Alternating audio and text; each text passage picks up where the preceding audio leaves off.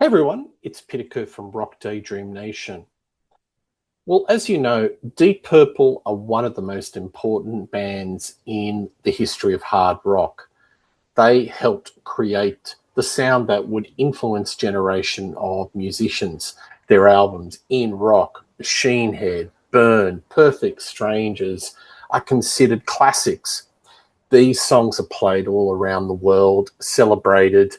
Their place in rock history is unquestionable. But today, I want to ask a very simple question. Why is one of Deep Purple's studio albums practically impossible to find, to buy? Now, I was researching a show that I'm going to do on Rock Daydream Nation about the 1998 album Abandon. Now, for many fans, this album has become Deep Purple's forgotten record. It's missing from streaming services. You can't get it on Spotify. I looked it up on YouTube. There's only a couple of songs. You go onto Amazon, you go onto eBay, you can only get secondhand copies of it and at a premium price. Why is this so? When you think about Deep Purple, it's not good enough. Deep Purple being one of the holy trinity of, hard rock.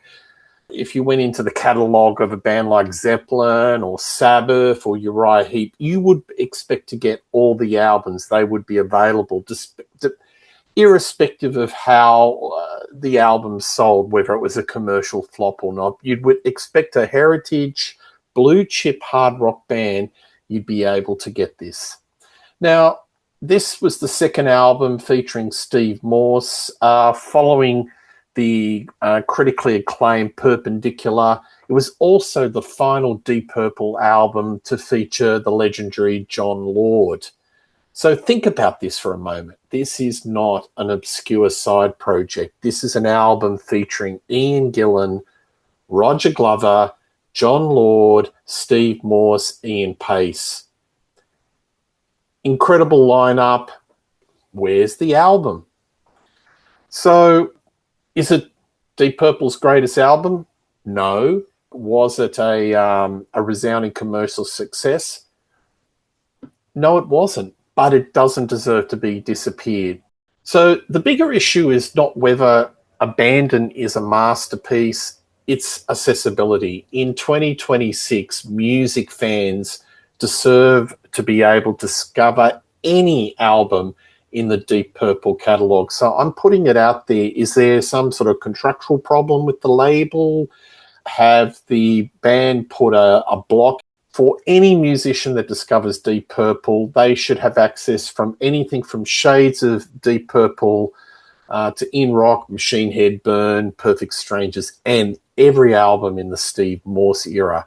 But when an album disappears, generations are not able to discover the music that was created in this era. Every album in this band is equally important, and they simply can't hear it. So streaming was supposed to solve the problem. Here we have an issue with one of the most respected hard rock bands having a missing chapter in their story.